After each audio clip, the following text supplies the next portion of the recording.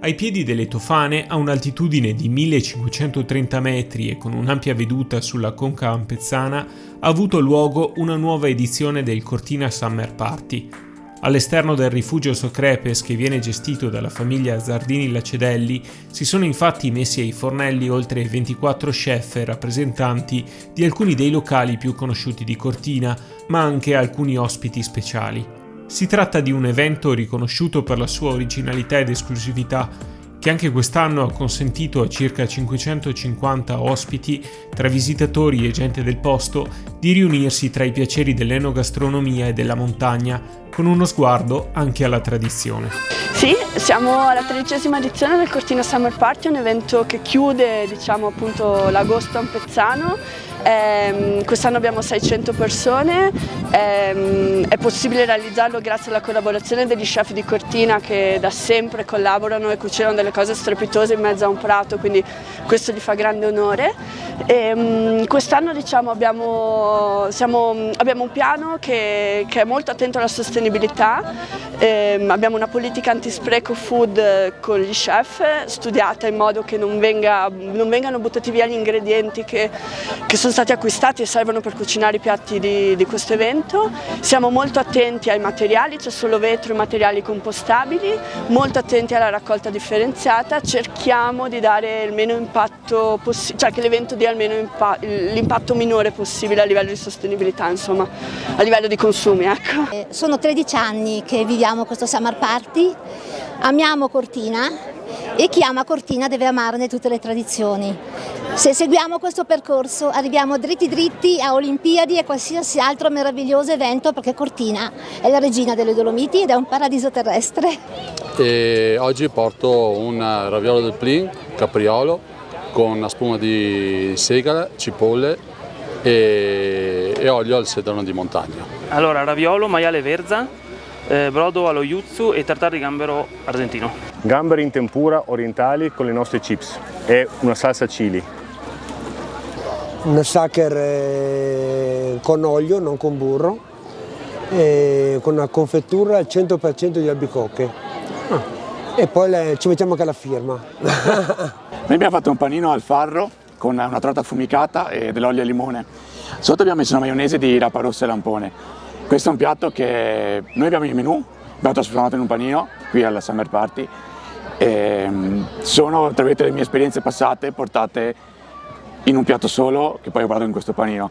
Allora, il piatto di oggi per tutte queste persone è il risotto barbabietola e fonduto di Altovecchio, che è questo formaggio tipico qua di Cortina. Uovo d'oro, un uovo d'oro perché per la ricchezza dei suoi ingredienti. È un ovetto delle nostre galline dell'Alpago, cotto a vapore in questi forni speciali a bassa temperatura, quindi hai come una base che è come un piccolo crème caramel però salato, e al quale mettiamo questa specialità che è la ricchezza dei nostri mari, ovvero scampetti, mazzancolle, ricci di mare, tutto crudo, marinato con limone di Amalfi, un po' di questo kefir lime e peperoncino.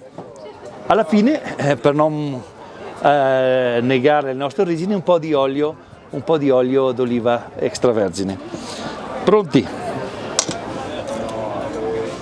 Ma oggi abbiamo voluto fare una rivisitazione di un cocktail storico, il White Russian, che ripercorre la storia un po' anche, se vogliamo, contemporanea. Nasce nel periodo del dopoguerra, nel 45-46, e da l'idea di un barman in Belgio, a Bruxelles, e è composto da una bavarese alla vodka, da una gelée al caula, da un biscotto al cacao e da un cremoso al caffè.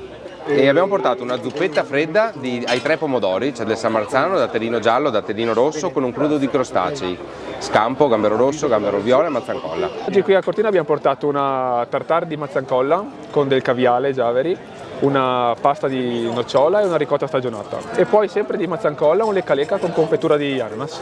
Ma volevamo fare un panino un pochino diverso, quindi un panino cotto al vapore, poi finito alla brace sullo spolert, cavolo riccio. Volevamo mettere un ingrediente vegetale che ricordasse un po' la consistenza della carne, condito poi con salsa tartara, crème fraîche che facciamo noi e un po' di olio alla cipollina. Noi abbiamo portato col progetto Terrace Bar di Embassy Abbiamo portato gli hot dog, come li presentiamo su all'arrivo della funivia.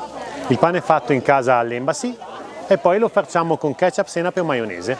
Questa è la calamarata Mancini, una pasta di qualità fredda, mescolata emulsionata con una tartare di pesce nobile. Qua dentro c'è tonno, c'è un po' di seppie, non tante, c'è un po' di astice e un po' di ricciola e gamberi. E il tutto viene poi condito con dell'olio d'oliva di qualità, appena un po' di erba cipollina e un po' di buccia di limone, e un po' di pepe e qualche goccia di succo di limone per dare l'acidità. E alla fine il tutto viene impreziosito con l'aggiunta del caviale dell'azienda Iranian Caviar, veramente un caviale di qualità, per dare anche un tocco sfizioso al piatto e completarlo. Abbiamo portato un raviolo di patate e mascarpone, sopra c'è una clorofilla di farinaccio selvatico e un caviale Siberian Classic di Giaveri, quindi tutto del prodotto nella provincia di Treviso. Ecco, cosa vi ha ispirato? La cucina ispira tutti i santi giorni, quindi basta aver voglia e là ogni giorno sia qualcosa di nuovo.